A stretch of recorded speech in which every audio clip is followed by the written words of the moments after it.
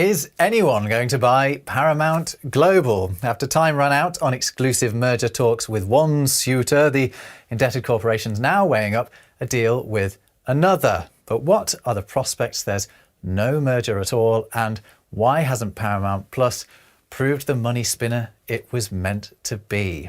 Well, to answer those questions and more, we're joined from LA by journalist KJ Matthews. Thanks a lot for being with us. Can we just start with the state of play here, actually, KJ? Paramount was in these exclusive talks with the entertainment company Skydance, but now it's not in those talks anymore. So what's happened there?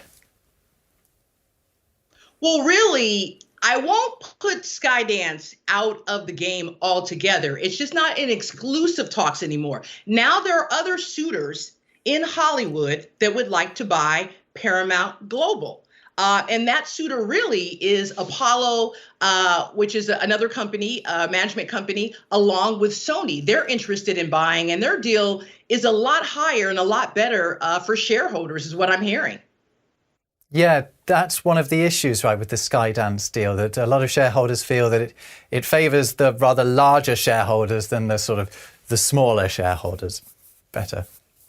Yeah, that's exactly what I'm hearing. The Skydance deal apparently is somewhere between $2 and $3 billion. And a lot of people are saying that it looks great for Sherry Redstone, who has a majority stake in Paramount Global. Her family has run Paramount Global for decades. You know, her father that's passed away was before her, and then she inherited. And so a lot of people are saying it's great for her, but it's not so good for the shareholders, because if that deal were to go through, the shareholders would just get stock, not cash. And right now, because the fact that Paramount Global stock has fallen, they're not too happy about a stock deal when the stock continues to fall. So that's not a deal that shareholders are very interested in. But if you look at the Apollo/Sony deal, they were willing to offer $26 billion, and a lot of that in cash. So shareholders are saying, yes, that's the deal we want. We want the cash deal, especially when stock continues to plummet. That's what we're hearing.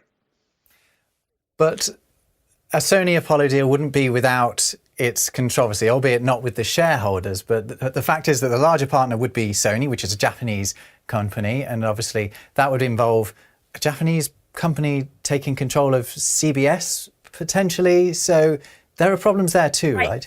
But they could do that through Apollo, which is wanting to kind of merge with them and do this combined deal where the American company will be able to take care of a lot of that. But that deal is still problematic because it still has a lot of regulatory issues. It has tax issues. And then the bottom line, a lot of people are saying, is where is the $26 billion coming from? Is it a serious deal? And this is one of the reasons why it's taken so long for them to get to the table. I don't know if you recall, but initially, when they came to the table with the $26 million, Sherry Redstone wasn't even interested because she didn't think that it was a serious enough deal. And she didn't want to walk away from the talks that she already had ongoing with Skydance, which she knew that they can come up with the $2 billion. So they really weren't serious. Now they're at least willing to entertain it. But then I'm hearing now, you know, if it's going to take too long, Sony and Apollo might just walk away and buy something else. So does that mean there's a possibility of Paramount striking no deal at all with neither of these parties? Absolutely. Absolutely. It could be that maybe in the end, none of these things are sold, and then Sherry just sells her majority share and walks away. I think, you know, what people have to understand is her father built this company and grandfather built this company, and she came in when they were not there anymore, and she put all these components together. Remember, Paramount Global has the Paramount Motion Pictures part, and then there are the cable channels like the Country Music Television, Black Entertainment Television, Comedy Channel, all these channels that play on cable, and then they even have sports and they have news. So there's all these little kind of fiefdoms or small parts that she put together. And if it was going to be sold, my understanding and what I'm hearing around town is that Sherry really wanted it to be sold together and not compartmentalize it. And so now, if it's looking like they're not going to get a deal, she may be willing to just sell whatever she can and walk away from the deal. Right, so you might get buyers for just some of the areas and not others. One might want to, I don't know, buy the box office business, but maybe not the streaming business or something like that. So how is Everybody Paramount? is interested in picture studio. The film part, everyone's interested in. It's just the Paramount Plus streaming service, the cable channels, the CBS News part, and the CBS Sports part that some players are saying, we're willing to walk away from that.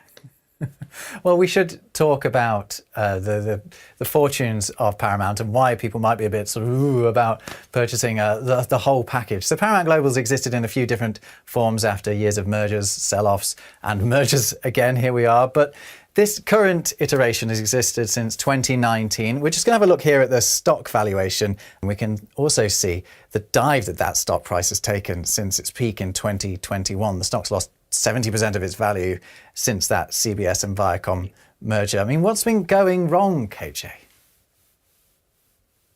Well, a lot of people point back to May. I don't know if you recall the news back then. That is when Bob Bakish, who was running it then, of course, he was really good friends with Sherry at the time, and she appointed him to the position of being the CEO. But he came in and said, we need to cut back on some of the dividends that we're paying out to shareholders so we can take that money and reinvest that into all the other businesses that we have. And that's what they did. And they thought in doing this, it'll create a growth stock. It will make the value of the company go up and people will love that. Well, guess what? It did not do that. It plummeted to almost 5 cents a share at one point. The value of the company went down and it was a really bad decision. And I'm told that, it was Bob that really kind of convinced Sherry Redstone to go along with his deal. So once she went along with his deal and they did that and the value of the company went down, I think she soured. And that was kind of the beginning of the end for Paramount. And that was when they started to, or at least Sherry started to consider possibly looking at selling the company. There's been more bad news, hasn't there, in Warren Buffett saying that he sold all of his Paramount shares, suggesting that he'd sort of misjudged the entertainment business. Let's just have a look at what he said at a recent Berkshire Hathaway shareholder meeting. He said, "We lost quite a bit of money. I think I'm smarter now than I was a couple of years ago, but I also think I'm poorer because I acquired the knowledge in the manner I did." So he seems to think that there's been some misjudgments on his part of what the entertainment industry was going to be like. He talks about how people spend their leisure time and it not being quite what he'd expected. Has Paramount made some misjudgments about that as well? Well, I think the biggest misjudgment was the one I just mentioned with Bob Bakish and then keeping some of the dividends and reinvesting it back to the company. Whenever you cut dividends for shareholders, it's never popular. News alert, shareholders don't want their dividends cut. So that's the first thing. And then to have the dividends cut and see the value of the stock that you have go down on the stock market is a really, really, really bad thing to happen. So all of those things were missteps. If you say all those things were missteps. And over the years, all of the company, including the stock, was just going down in value. Paramount Plus was probably a misstep, not having the type of competition that they should have if they're going to be in the same streaming market as a Netflix or a Hulu or even HBO Max. I mean, you have to be more competitive. And a lot of people have said that HBO and Netflix and Hulu are much more competitive than Paramount Plus, and they weren't really doing anything to change that. So I think they were a little bit slow to react to the ever-changing streaming market and even the movie market. Was Paramount Plus a misstep to the extent that it just shouldn't have happened? Should Paramount have just continued to put its own product out just on other streaming services, other more successful streaming services? A lot of people have said that here in Hollywood, but every single network and studio has a streaming platform. How much money you put into it, how much time you invest into it, that really is the big question. I think Paramount Plus was not a mistake, but perhaps the amount of money that they put into it, or the fact that they didn't make a lot of their offerings competitive or give people enough content that they wanted to see. Maybe beside one or two offerings, but you need to be much more competitive. And maybe it seems like it was more of an afterthought and they really just didn't have a plan in place to make it go head to head with the big boys in the streaming world here in Hollywood. Why is the view from the people you speak to about, the streaming landscape in the US in particular, with all of, Disney Plus and what's it called? Is it Apple TV or Apple TV Plus? I always get those confused. Paramount Plus as well. Is it become too fragmented? Do people feel that? Are viewers being expected to just pay out for too many different subscriptions now? Right. I knew you were asking, and I wanted to tell you, I have some numbers. Streaming isn't going anywhere, and it's not too fragmented. Listen to these numbers. 38.1% of all TV usage is dedicated to streaming.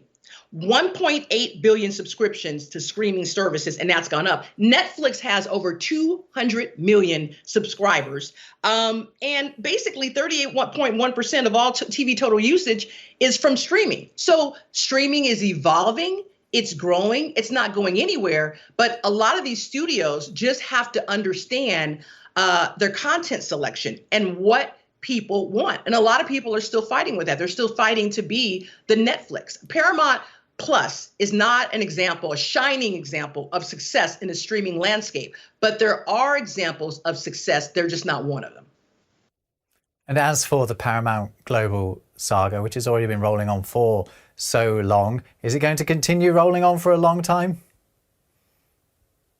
I don't think Sherry Redstone has it in her to want this to continue too much longer. I think if they don't find a buyer within the next month, I really believe that she would probably be willing to just sell her stake, her share in it, and then walk away, because I'm hearing around town that she just really, her heart isn't into it anymore. And you see the stock dropping, and then you hear Warren Buffett saying, he made a mistake. It's not a good time right now. And they've lost Bob Bakish. So the idea of her just kind of sticking in there and seeing what other suitors are out there and letting it go on for months and months just isn't something that's realistic right now. I think they'll have to find a buyer. And if not, she'll sell her particular share, have to break it up and just take whatever she can get at this time. Because remember, Paramount stock has plummeted. It is not at the value that it was several years ago. So she will have to take a lesser amount, and she's already lost billions over the time, just like Warren Buffett, and that's just the way it is. But hey, it's like anything. It's like the real estate market. You're either up or you're down. Sometimes you have a housing market that's great and homes are selling for a lot, and then sometimes you don't. It's the same way in Hollywood. KJ, it's always great to get the inside track from you. Thank you so much for joining us from LA. That's KJ Matthews there. Thank you.